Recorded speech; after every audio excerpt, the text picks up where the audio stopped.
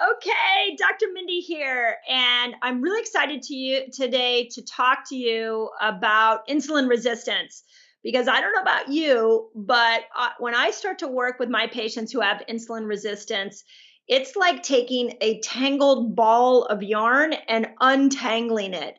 Sometimes it's easy, sometimes it's very difficult. So I'm really excited to talk about insulin resistance and my experience with it and what we're seeing in my clinic. And more importantly, I have a whole online world where we've been fasting people and doing keto. And I have seen very clearly on some trends that are appearing that get people stuck. So let me start off by saying, if you're not familiar with this book, The Obesity Code, I really recommend that you get a copy of this. It has a tremendous amount of science in it, and it is a lot of what I'm going to teach you today on this webinar. It's going to really give you an idea of how you can coach your patient to get out of insulin resistance. So I want you to have the knowledge, not just the key points. Okay, so let's start off with what causes insulin resistance. And this is something that I tell my patients and my resetters in my resetter tribe on Facebook, is that there are really 4 things that you need to look at. You, of course, have to look at sugar in the diet. Too much sugar, we know, causes insulin resistance. You need to look at stored sugar. So there's the sugar that they stored years ago that's sitting in their fat and sitting in the liver. We'll talk about that. You need to look at what organs are at play here. And the interesting thing about the organ piece is that it's not just the pancreas. There is the liver, the small intestine, those, and the gallbladder. There's a lot of different players here that need to be addressed. And then I'm going to show you some research, and what we're seeing in my clinic is that toxins really play a part in affecting insulin resistance. So with that, let's start with the first one, which is too much sugar. Why and what is happening when your patient is eating too much sugar? So I really like to use the analogy or use the description that when you eat a high carb meal, what ends up happening is that it raises your blood sugar, and it raises it so much that it starts to bombard the cells. So that's your classic traditional insulin resistance, where it is just flooding the cell. Well, when the cell cannot take this nonstop high carb meal coming at it, it has to find a place to store the extra insulin. So it will first store it in the liver. It's one of the places that it stores extra sugar, so that the body is so smart, and it will say to itself, oh, I might need this for later, so let me store it in the liver so I can access it quickly. The next place, if that sugar keeps coming, that it'll store it, is in your fat. It'll make more fat. It'll store it in fat cells, so that, again, it can utilize it for later. So when you're looking at insulin resistance, understand that it's a cellular issue for sure. And a lot of us know about receptor sites being too blocked, but we also have to look at what is the liver doing with this extra glucose, and what is happening to the fat, and how these fat cells are getting saturated with sugar. And one of the things that I always tell my patients is, the beautiful thing is that if it's the fat, if it's storing it in fat, it's not storing it in other organs. So it can actually be a life-saving mechanism. Your fat is there to protect you, because the body would otherwise have to store it in organs. And over time, that would be very depleting and even life-ending. So make sure you help them address, and make sure you're, as the practitioner, looking at the sugar load. So we're big fans in my clinic of the keto diet. You could go with a low carb diet. However it looks, you want to bring those sugar levels down. Now, the analogy, and this is, if you look here on the next slide, that the analogy that Dr. Fung uses in his Obesity Code book is that think of it like you're going to, on Sundays, we go to the farmer's market, and we load up on a ton of great food, and we walk into our kitchen. We'll put all that food in our refrigerator. If our refrigerator is too full, then we are going to go and put it in our refrigerator in the garage. Well, this is what the body is doing as well, is it's putting all this extra sugar in these organs, the areas that I just showed you, and especially the liver and the cells. And when it has too much, it will store it in fat. So when you're working with somebody, you've got to get them to stop storing it in the first place, which is the low carb diet. But you also have to teach them how to empty out the where it stored it in the garage, the freezer in the garage. How do you get them to go after the stored sugar? I don't know about you, but I have seen so many people get frustrated when they go to keto because they are like, I'm doing everything right, but I'm not losing weight. Well, unfortunately, the difficult answer to that is they're going to need to start fasting more. They need to go after the stored sugar. So it's great that they're not overloading their cells anymore. It's great that they're not overloading the liver anymore. But they're going to have to use fasting as a tool to really get to that stored sugar. So 24-hour fasts, 36-hour fasts are fabulous for unhooking the body so that it can go after that stored sugar. But understand the sugar is two issues. It's what they stored years ago, and it's what they're currently storing. Now, when we look at the organs that are stressed, when you've been eating a high carbohydrate diet, we really have 4 different organs. And I'm a visual learner, so I like to look at pictures. So if you look at the pancreas here, look at how the pancreas, the small intestine, the gallbladder, and the liver all connect from this common bile duct. So the liver is stored with sugar. Most of these people are eating high fat, wrong fat, so the poor gallbladder is having to work really hard. The pancreas is working overtime, and the small intestine most likely has some type of dysbiosis in it. And so this common bile duct here becomes like a traffic jam with all of these stressed organs. So I'm going to show you the protocols we use to repair each organ, and I'm going to show you what we do to start to help that common bile duct, because you've got to look at these organs, but then you also have to come over and look at the common bile duct as being a major area that gets congested. So let's start with the liver, because remember, if you go back and think about those cells, once the cells are saturated, the body's going to store it in the liver. And in today's world, the liver is just over-toxified. It is a major, major issue. So what resources has Systemic given us to be able to help the liver? And the resources are vast. My favorite are all the L's. So LB, L liver, and LS. As you probably know from your studies, the liver has lots of different detoxifying pathways. So there's different phases. So the L and the LS are meant to go after the different phase of detoxification, phase 1 and phase 2. LB is really meant to go after the support of the liver and the gallbladder and that common bile duct. So you would use these all. They can all be a part of your toolbox. The way that I like to use them is we usually give L liver first. This is actually the L liver is what's in the prep phase.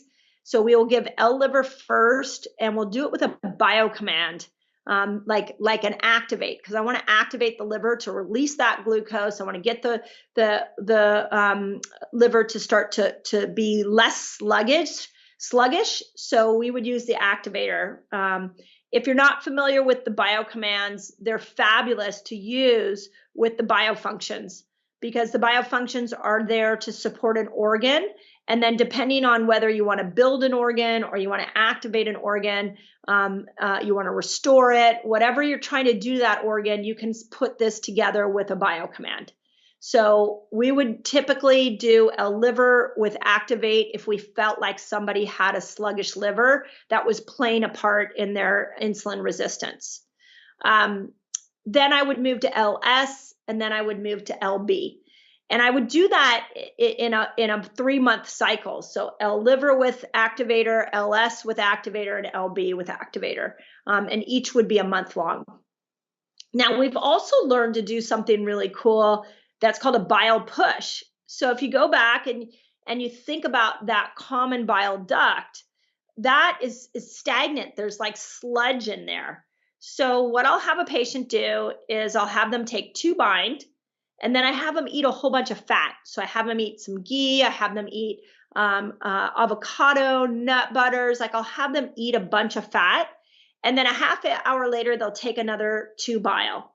And what that does is it forces the gallbladder to squeeze out a bunch of bile. And as that bile comes out into the small intestine, bind is there like a catcher's mitt to grab it and get it out.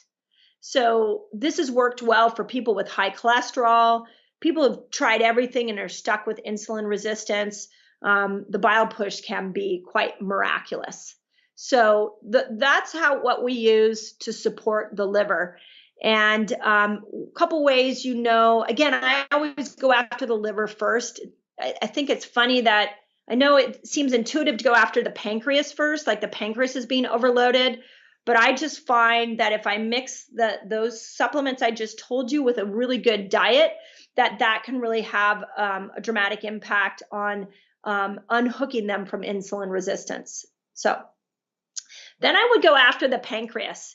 And again, Systemic has some great formulas that will help us with pancreatic support. I don't have a particular favorite in these. I would actually use, again, P-pancreas. I want to activate the pancreas. So I would do activator with P-pancreas, and then I would switch to PS with activator. And you're trying to this would probably be more of your person that's a little bit leaning towards diabetes, like a type 2 diabetic, where you're trying to get some activation of the pancreas working. Whereas the liver ones are going to be more of your person that maybe isn't on the trajectory to diabetes, but is just not getting a result with their low carb diet. And they need that liver to have some support. So pancreas would be more along the lines of the pre-diabetic. And again, I would do this for 60 days. I would do P-pancreas with the activator, PS with the activator, and I would do it for 60 days. I wanted to put on here the picture of the tinctures that Systemic has, because I don't know if you realize that the beauty of the tinctures is that you can actually start to titrate this at lower doses. So if somebody is really ill, you just have them do the drops and slowly work themselves up so that you can start to see what's working and what's not working. If you throw too much at a diseased organ, it can be jarring, a little intense. So sometimes if I'm concerned about the health of the person, if they're really in a tenuous place, I'll lean on the tinctures and just titrate slowly up so that we can slowly build up what's needed for those organs. So that's pancreas. Then the third thing that we'll look at, the next thing I would start to look at is the small intestine. And again, what I love about what Systemic Formulas did is they created simplicity in these different protocols that they put together. People love getting a little box like this where, hey, this is everything you want to do to help with your GI wellness. This is everything you want to do to help with killing a pathogen. They're systematically made for this kind of scenario. So somebody's insulin resistant, you're like, I don't think that it's a liver issue. I think the pancreas is okay. I think this is coming from the gut. Then if you don't believe there's a pathogen, you would just use the GI wellness. If you do believe that there is a pathogen, then you can just click into the pathogen purge. Very simple. if you're new to systemic, lean on these boxes. This is brilliant. And when I first learned about systemic, I worked from the boxes all the time. That I found to be the most simple way to get the greatest change. So as far as the small intestine goes, be sure you don't overlook that you have such a resource in these boxes. Okay, then we've got to look at the toxic load. So I put this picture here on this slide because I want, we all understand this idea of insulin resistance flooding the receptor sites for glucose and insulin. Like that, as a practitioner, even as a layperson, that seems really intuitive. But what I also want to point out is that on the outside of these cells and in these receptor sites can sit toxins. And the toxins can block the insulin from getting into the glucose as well. So the three major areas that we look at for toxins with people who are insulin resistant are the heavy metal load. The prep body and brain phases are great for that. I have seen more cases in my clinic where somebody does keto, they do fasting, they're still not dropping weight, and then we put them on those three, on the prep body and brain, and boom, they start to lose weight because you finally open up these receptor sites. I also teach my patients about xenoestrogens, which are pesticides and beauty products. I think there's been a lot of research out there done on how beauty products make us fat. So you want to educate your patients on that because that is not something that they are thinking about very often. So make sure that you let them know. I use an app called Think Dirty, where or Skin Deep, where they can actually scan all their beauty products. But they have to understand that there's more than just diet that's affecting this. And then the third category is diabesogens. This is also a really important place to educate. So if you look here on this next slide, I found this article recently when I was working to educate my resetter group on Facebook.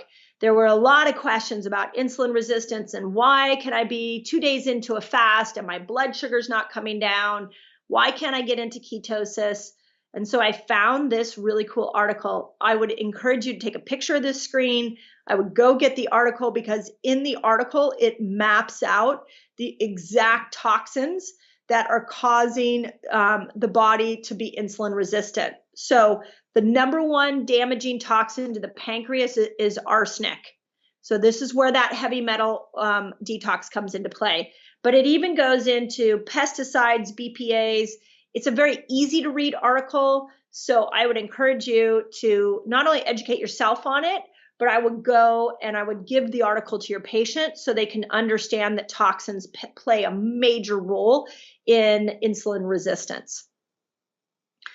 Okay, then as far as some of the cellular support, since we've got the organ support with the liver and the pancreas support biofunctions. We've got diet that can help with the fasting diet, can help with getting to the stored blood sugar, and we can teach them about keto to lower their sugar down. We've got pathogen purges and the GI wellness to help with the small intestine. Now, what can we do immediately, the way I look at this, to help those poor cells become more sensitive to insulin and glucose? So those two things can really connect. And Insulin is one of those products, brilliant products that Systemic has created that will make the receptor sites to insulin more sensitive. So I really encourage you to lean on this product. You'll see how I use it here in a multi-therapeutic approach. You'll see how I lean on it. I use it in the beginning. I also, with people who have had really intense eating issues, like they just don't know, you can't take them from a poor diet and put them onto a keto diet, that doesn't work very well, then we use MetaboShake. And I'll show you how I use MetaboShake because What's so cool about MetaboShake is it's just turnkey. It's right there for them. They can just do a MetaboShake and they're getting stabilizing of the blood sugar. There are enzymes that will reduce inflammation down. They're already just right off the bat with MetaboShake working on kicking them out of insulin resistance. So you'll see that in my protocols that I'm going to show you. These two products, MetaboShake and Insulin, are some of the first that I use. So having said that, let's go into what I call my multi-therapeutic approach to insulin resistance. One thing I want you to understand is that insulin resistance, especially if somebody's been in insulin resistance for a long time, is not as simple as just throwing Insulin at it. We've got to put it in combination with other things. So I have it stepped out month by month by month. I like to cycle supplements. I like to cycle protocols. I like to gradually bring people in to different states of healing. Makes it a little confusing when you're trying to put it together. So please feel free to use this protocol. It works. And it's a good pacing for the patients. So these webinars are so great, not just for only educating you, but here's a protocol. Just follow this protocol and you should get great results like we're getting in my clinic. So first, month one, our focus month one is blood sugar and pancreas health. So I want to help them stabilize their blood sugar. I want to get some support to the pancreas. This is in the pre-diabetic person. This is in the very insulin resistant person. So I start them off with a ketogenic diet. The macros that I use are 50 grams of net carbs, 50 grams of protein, and I want over 60% of their diet to come from good fat. I encourage them to download something called Carb Manager on their phone so that they can measure these things, they know how to do it. I also encourage them to lean on good fats. So we spend a lot of time talking about what good fats look like. Now here is where MetaboShake comes in really helpful. Is I encourage them for their first meal of the day to do MetaboShake. It has about 10 grams of carbohydrates. It's going to stabilize their blood sugar. They can add some MCT oil. They could add avocado. They could add some nut butter to it. It's great with water. You can put it with I've put it with coconut cream to get extra fat. I've put it with coconut milk to get extra, to add some different taste. You can put it with almonds to get some more protein. But MetaboShake with these people that are pre-diabetic or even diabetic, having them break a fast with MetaboShake, having them do that as their first meal is fabulous because it sets the tone for the rest of the day. Then I teach them about fasting. I teach them that they need to start to think about compressing their eating. I want to move them out of eating 6 meals a day. I want to move them more to there are fasting times and there are eating times. There are feasting times. So I want to teach them how to fast for 15 hours. With some of these people, you just have to push their breakfast back a couple hours. That's a first step. I've even had some really insulin resistant people that don't want to do that. I ask them, could you push your breakfast back 20 minutes? Just push it back a little bit. And you just kind of want to slowly move them towards more fasting. If you look over here on this chart, this is something I created for my patients to show them that when they eat a meal, there is an insulin surge that happens. That's this pink part right here. And that insulin surge, the minute insulin comes into the bloodstream, your body goes into fat storage mode. It cannot burn any fat when there's the presence of insulin. But within about 12 hours after your meal, you're going to start to switch over into this green area, which is the fat burning area. So the longer you go fasting, if you can go 15 hours, 16 hours, 17 hours, the longer you go, then you can start to access that stored sugar. But most people are hitting this area where the pink and the green are meeting, and they're not allowing enough time to happen to access that fat burning place. So you want to coach them through that. This chart, again, you can take a picture of it. You can get it on my website. You can request it in the Facebook group on systemic, and I'll put it in there. But this is a really good visual for people to see. Then I work with their toxic load. So I'll show them, I'll talk to them about organic. I'll show them that study that I just showed you on that pesticides can cause diabetes. I get them scanning all their products. And then I'll put them on Insulin and pancreas. So that's my first month. That's how we start to stabilize blood sugar. Now, when I check in and see how they're doing. If they're not doing well there, you would stay at that for a couple of months until they go, yep, I got this, I'm doing it. I think a blood sugar reader is really powerful, even if they're not a diabetic, so that they can see those numbers coming down, they can see those ketones going up. Now, second month, once you've got them kind of working with those principles, second month, there are two major issues I want to teach them in this month. The first, I want to teach them about protein. So I'm finding that a lot of people, when they go low carb, go high protein. Well, protein can cause your blood sugar to go as high as some carbohydrates. So I move on the second month under the MTA for the second month. I move to a 50, 20, 60. So what that is that's 50 net grams of carbohydrates, 20 grams of protein. So I bring that 50 grams down to 20, and then I have them doing over 60% of good fat. I recently had a consultation with a man, a nutritional consultation, who had been doing keto for many, many years, and he had great results, but he was stuck. He wasn't getting any better. And so, and he had tried everything. There were really only two things left to try because he had done tons of fasting, tons of keto.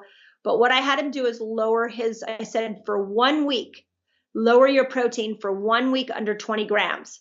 And we checked in a week later, and he had dropped, and he wasn't dropping weight for months. He had dropped 6 pounds in 1 week just from bringing his protein down.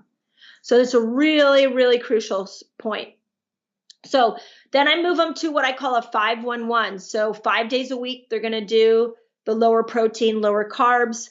1 day a week, they can do healthy feasting. I teach them that they can eat healthy carbs. And then 1 day a week, they're going to go longer fast. So they're going to do a 24-hour fast. So we can start to access more of that stored sugar. Then I'll start them on detoxing, because I got to get that arsenic out of the pancreas. I've got to get the chemicals that are blocking receptor sites out. And I start to teach them the importance of their liver. Again, most people know that the pancreas is really important for blood sugar, but they haven't thought of the liver.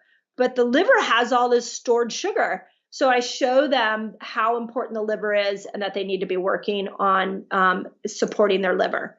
And there's a lot, I call it opening the detox pathways up. We got to get your liver healthy. We got to get you opening these pathways up, so that as we push toxins out, you don't have an intoxication. You don't hold on. You know those patients that do low carbon fasting and they hold on to weight, they start gaining weight? That's because their detox pathways aren't open.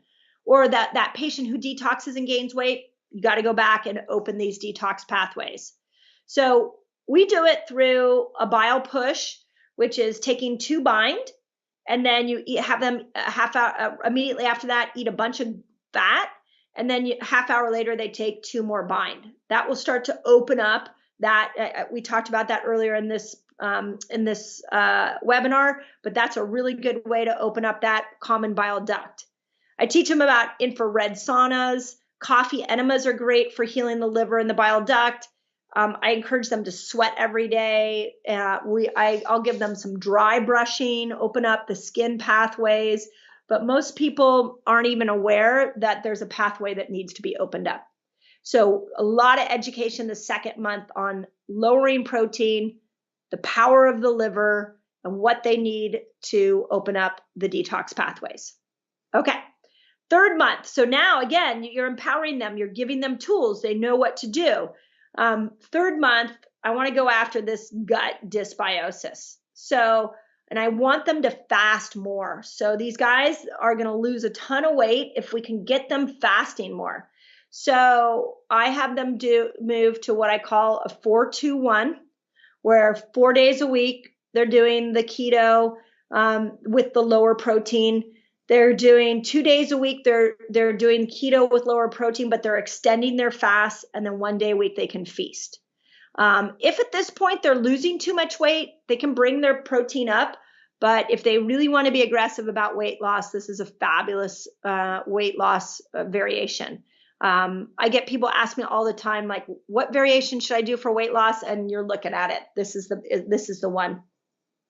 We continue talking about the toxic load and sweating strategies. I put them on the body phase so that we can pull toxins out of the body.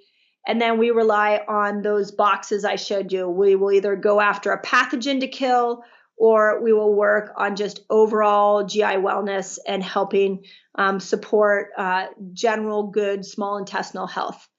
And you know what's really funny is that at this point, you probably are wondering, why haven't I not even talked about exercise? Well, if you ask me, for insulin resistance, diet and fasting and getting the toxic load down is way more important than exercise. But by month 3, they're understanding this a little more. So we want to get them doing more exercise so that they can maximize their weight loss. And most people are ready at this point to do that. So, okay, month 4. So now you've got a good foundation of fasting. You've been working with the sensitivity of the receptor sites. You've gotten nutrition to the pancreas. We've been working on the gut. Like, at this point, you've really come at it from so many different angles. So I back off on some of the supplements. If you feel like you need to do more GI purging, you can do more work with the gut. But at this point, the only supplement we're using is the brain phase, trying to pull toxins out of the brain. The hypothalamus and the pituitary have such an influence on hormones that it's important that we don't have any toxins up in the brain. The brain phase will also have the toxins up there can affect hunger and hormones affecting hunger and leptin and hypothalamus receptivity. So there's a lot that goes on up in the brain that can affect fat burning capabilities and affect insulin resistance. So I switch them to a 3-1-1 healing strategy, where they are doing 3 days a week of keto, 3 days a week of autophagy fasting, which is really fasting with lower protein. So I did a whole bunch of videos on that on my YouTube channel, so you can go look that up. And then this is key. Oh my gosh, this is key. You have to train them to do a 36-hour fast. Now, I've been blessed to have many conversations with Dr. Fung, who wrote the obesity code. And I asked him, have you ever seen a scenario where somebody hasn't lost weight with fasting or the ketogenic diet? And his response to me was, if people get stuck, there are 2 things they need to go after. They need to do longer fasts, and they need to change their eating window. So if they're eating dinner, then they need to eat breakfast and fast after that. So most people by month 4, if they followed this protocol and they're still not kicking themselves out of insulin resistance, they're still not losing weight, then I will really lean on these on a 36-hour fast or a 48-hour fast. They may not like it, but it's incredibly effective. Incredibly. It's like that thing that like unhooks them so that they can start to lose more weight again. We also have looked at things used at this point, coffee enemas, as a way of opening up that bile duct. So that can come in handy at this point.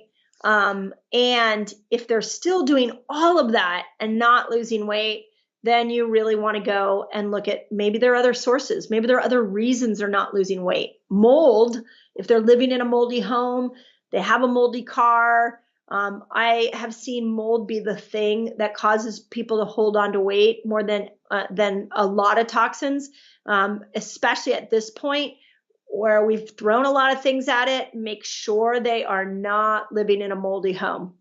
You can check out a great website called survivingmold.com, and you can go look at the symptoms of mold, and one of them is holding on to weight. So, and the cool thing is that brain prep, body and brain will help people with a mold toxicity. It will help pull out some of those mold spores out of the brain.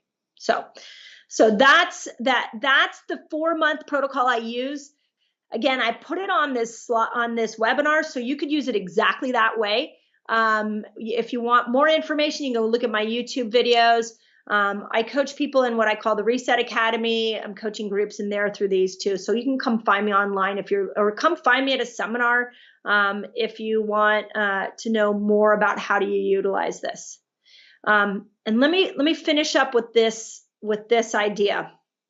So I think one of the key pieces of healing that most people are forgetting is that, and I see this so much with insulin resistance. I'm going to say that it actually is probably more with insulin resistance than anything else, that it's just going to take time. So I get that people want to lose weight. I get it. But we can't forget that the key piece to healing is time. You have to be able to apply these principles over time. So the story that I often tell is that I have a very good friend who really wanted to lose weight. She's thrown so much money at this. She's thrown so many different pieces of healing. She has gut dysbiosis. She has a history of a high carb diet. She has some liver damage. And every time I would give her a protocol, there would be a slight change in her healing, a slight change in her body starting to release weight, but it wasn't enough for her. It wasn't happening fast enough. And I kept telling her, just work the principles. These principles will serve you, but you're going to have to do them over time. So I always say that the forgotten piece of healing is time. It's time. And if you're not seeing a result in the first month, don't give up. Don't let your patient give up. If you're not seeing the result in the second month, again, just keep working them, because if you realize that the diet has to change, if you realize that there has to be some fasting to get to the stored fat, if you realize that these poor little receptor sites need to be unblocked of toxins, if you know the organs that are at play, and you are cycling these and leaning on the tools that Systemic has given us, you will get the patient well, and it may take time. So please understand that you don't want to give up on time, and be patient for yourself. Have your patient be patient. So, as always, that you have, and if you're watching this webinar, you know, most of you hopefully know that there is magic in these supplements, and they fit so well in whatever your protocols are already. So understanding how to use them, this comes from webinars like this, but it also comes from coming to the seminars and attending the seminars and networking with doctors like me and the people that are attending these seminars, and bringing your difficult cases and asking questions on the Facebook group. When you engage in the community that Systemic has created here, you can truly get people well. These supplements are miraculous. Prior to using them, I felt like my supplement toolbox was limited, and now I feel like I've been given a whole world of supplements that I could probably give a patient 5 different supplements from systemic and they would get well. So you can help this person. We can change people that are dying of diabetes. We can change the suffering that's happening from people holding on to too much weight. So you can be the answer, and this is a really good initial start. So as I always say in my YouTube videos, from the bottom of my heart, I truly hope this helps. Come find me on the Facebook page. Come find me at the seminars. I'd love to talk shop with you, ask me questions, and go use the protocol. Let me know how it works.